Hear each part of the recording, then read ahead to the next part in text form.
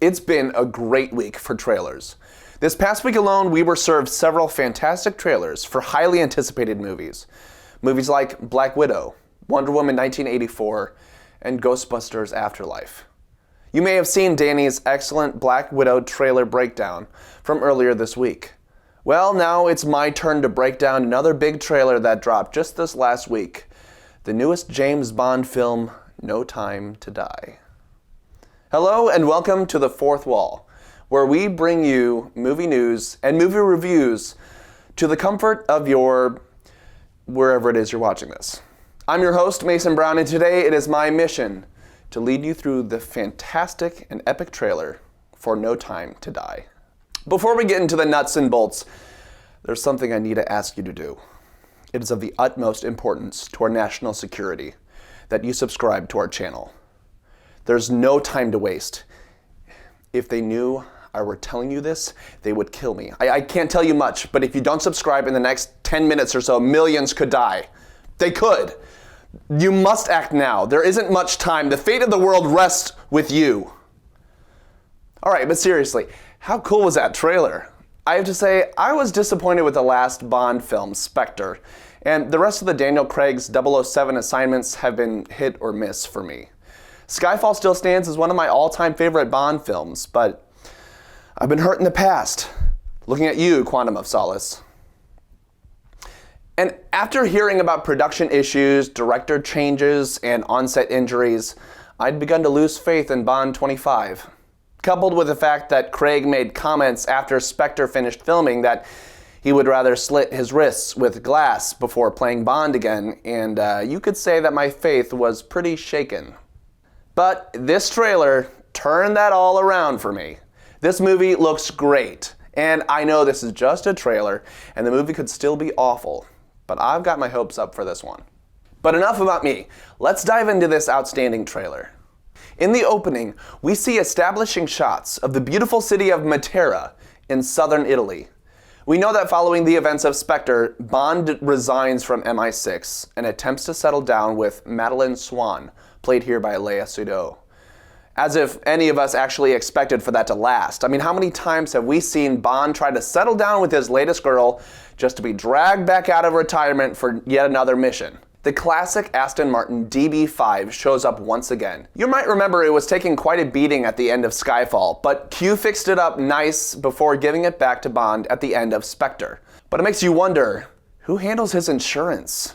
And how high are his rates? I mean, Bond goes through more Aston Martins than shaken martinis and Bond girls combined, so whoever is covering him needs a raise. Bond races away in a high-speed chase with Madeleine. She asks Bond why she would betray him, to which Bond replies, "We all have our secrets. We just didn't get to yours yet." In the next bit, Bond leaps over the side of a bridge in what looks to be the same location as the car chase shown earlier. M, played by Ralph Fiennes, gives an ominous voiceover, introducing the new tech that threatens global security. And it looks like an explosive sprinkler system.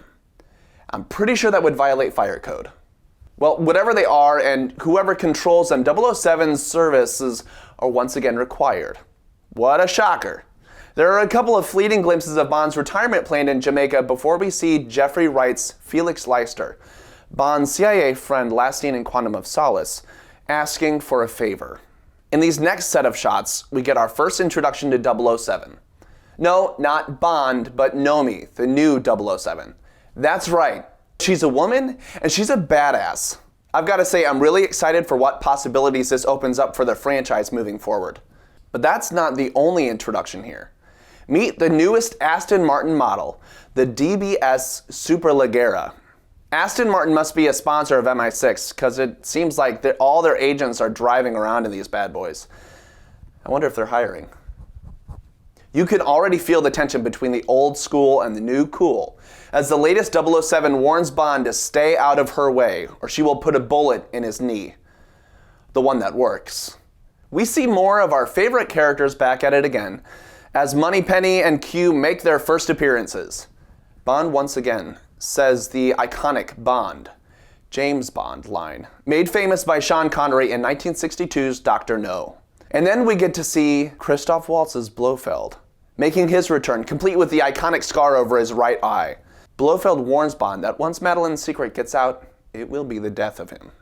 Now, we keep getting references to Madeleine Swan's secret, and director Cary Fukunaga has confirmed that the film will revolve heavily around this secret. I'm gonna be honest, I'm not sure what this secret could be, but whatever it is, it's enough to tear Bond and Madeleine apart. And in the next set of shots, we get our first look at Rami Malek's antagonist, Safin, who compares himself with Bond as far as talents and death toll, though he claims that while Bond's talents will die with him, Safin's will outlast his own death. This plays into the common theme throughout many of the latest Bond films about new technology encroaching on the talents and strengths of older techniques, the old versus the new. Whatever new weapons system Safin may have invented or implemented will likely be a powerful force against our favorite MI6 agent. One last thing I wanted to point out from this trailer is the arrival of Ana de Armas as Paloma. Now, not much is known about Paloma or how she fits into the story, but we can clearly see her here kicking ass and looking awesome, which is enough in my books. And I'd be remiss if I didn't at least mention that bike jump. I mean, that is impressive. Now, this location looks to be the same location as at the beginning of the trailer with the car chase, so maybe it's all part of the same sequence. Only time will tell, but for now, just wow. Oh, and did I mention the twin Gatling guns that pop out from the headlights from the classic Aston Martin? Spinning donuts while gunning down drones of baddies in a sick car like that? I mean, can you get any cooler? But that's just my take. You've no doubt seen the trailer. If you're anything like me, you may have watched it at least a dozen times. So what do you think? Are you excited for this trailer? Or do you think that I'm setting myself up for disappointment? Was there something in the trailer that I may have missed that you Eagle Eyes fans may have noticed? Let us know in the comment section below. And be sure to subscribe to our channel if you haven't done so already.